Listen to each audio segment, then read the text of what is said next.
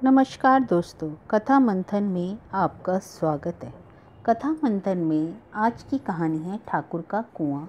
लेखक हैं मुंशी प्रेमचंद। जोखू ने लोटा मुंह से लगाया तो पानी में सख्त बदबू आई। गंगी से बोला, यह कैसा पानी है, मारे बास के पिया नहीं जाता, गला सूखा जा रहा है और तू सड़ा हुआ पानी पिलाए देती है। गंगी प्रतिदिन शाम को पानी भर लिया करती थी। कुआं दूर था, बार बार जाना मुश्किल था। कल वह जब पानी लाई तो उसमें से बू बिल्कुल ना आती थी। आज पानी में बदबू कैसी? लोटा नाक से लगाया तो सचमुच बदबू थी। जरूर कोई जानवर कुएं में गिरकर मर गया होगा, मगर दूसरा पानी आवे कहाँ से? ठाकुर के कुएं से कौन चढ़ने देगा? दूर से लोग डांट लगाएंगे, साहू का कुआं गांव के उस सिरे पर है, परंतु वहाँ से भी उनको कोई पानी भरने नहीं देगा। और चौथा तो कुआं गाँव में है ही नहीं। जोखू कई दिन से बीमार है। कुछ देर तक तो प्यास रोके चुपचाप पड़ा रहा, फिर बोला, अब तो हमारे प्यास के रहा नहीं जाता, ला थोड़ा पानी नाक बंद करके पी लूँ। गंगी ने पानी ना दिया।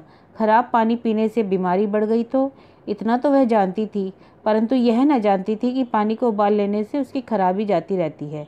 बोली, यह पानी कैसे पियोगे? ना जाने कौन जानवर मरा है, कुएं से तो मैं दूसरा पानी ले देती हूँ।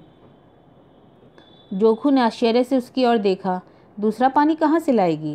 ठाकुर और साहू के 2 कुएं हैं, क्या एक लोटा पानी न भरने देंगे? हाथ पैर तुड़वा आएगी और कुछ ना होगा। बैठ चुपके से, ब्राह्मण देवता आशीर्वाद देंगे, ठाकुर लाठी मारेंगे, साहू जी 1 के 5 लेंगे।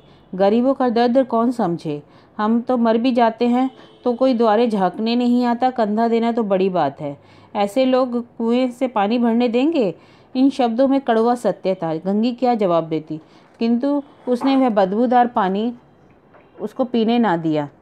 रात के 9 बज गए। थके मांदे मजदूर तो सो गए। ठाकुर के दरवाजे पर 10-5 बेफिक्रे जमा थे। मैदानी बहादुरी का ना तो अब जमाना रहा ना मौका। कानूनी बहादुरी की बातें हो रही थी।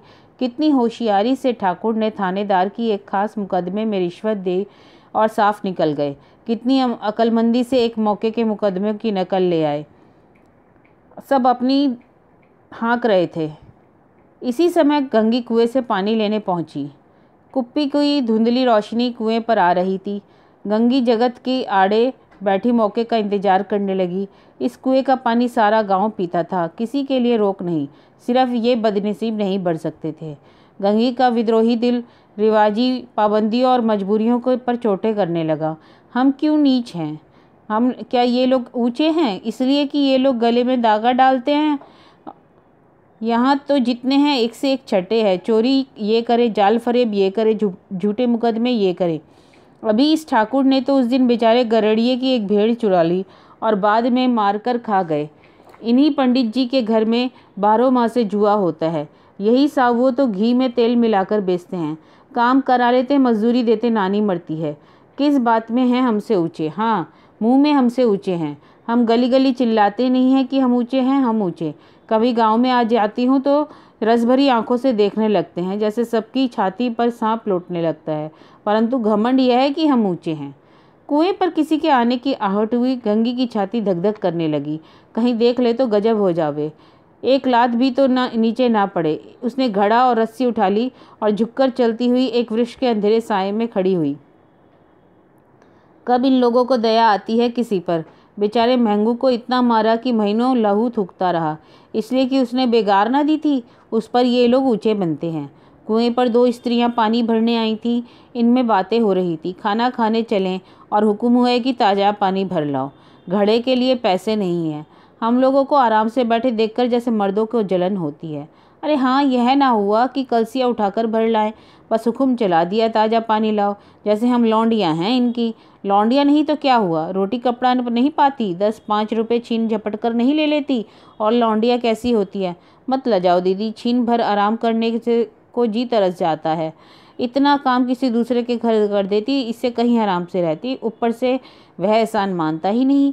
यहाँ काम करते करते मर जाओ, पर किसी का मुंह नहीं सीधा होता। दोनों पानी भरकर चली गई तो गंगी वृक्ष की छाया से निकली और कुएं के जगत के पास आई। बेफिक्रे चले गए थे। ठाकुर भी दरवाजा बंद कर आंगन में सोने जा रहे थे। गंगी ने क्षणिक सुख की सांस ली। किसी तरह मैदान तो साफ हुआ। अमृत चुरा लाने के लिए जो राजकुमार किसी जमाने में गया था वह भी शायद इतनी सावधानी के साथ समझबूझकर ना गया होगा। गंगी दबे पांव कुएं की जगत पर चढ़ी। विजय का ऐसा अनुभव उसे पहले कभी ना हुआ था। उसने रस्सी का फंदा घड़े में डाला, दाएं बाएं चौकन्नी दृष्टि से देखा, जैसे कोई सिपाही रात को शत्रु के किले में सुराख कर रहा हो। अगर इस समय वह पकड़ ली गई तो फिर उसके लिए माफ़ी या रियायत की रत्ती भर उम्मीद नहीं। अंत में देवताओं को याद करके उसने कलेजा मजबूत किया और घड़ा कुएं में डाल दिया। घड़े ने पानी में गोता लगाया, बहुत ही आहिस्ता, जरा भी आवाज़ न हुई। गंगी ने 2-4 हाथ जल्दी जल्दी मारे। घड़ा कुएं के मुंह तक आ पहुंचा। कोई बड़ा पहलवान भी इतनी तेजी से उसे न खींच सकता। गंगी झुकी कि घड़े को पकड़कर जगत पर रखे कि एकाएक ठाकुर साहब का दरवाज़ा खुल गया। शेर का मुंह इससे अधिक भयानक ना होगा। गंगी के हाथ से रस्सी छूट गई। रस्सी के साथ धड़ाम घड़ा पानी में गिरा और एक क्षण तक पानी में हलकोरे आवाज़ सुनाई देती रही। कौन है, कौन है? ठाकुर चिल्लाया, पुकारते हुए कुएं की तरफ आ रहे थे।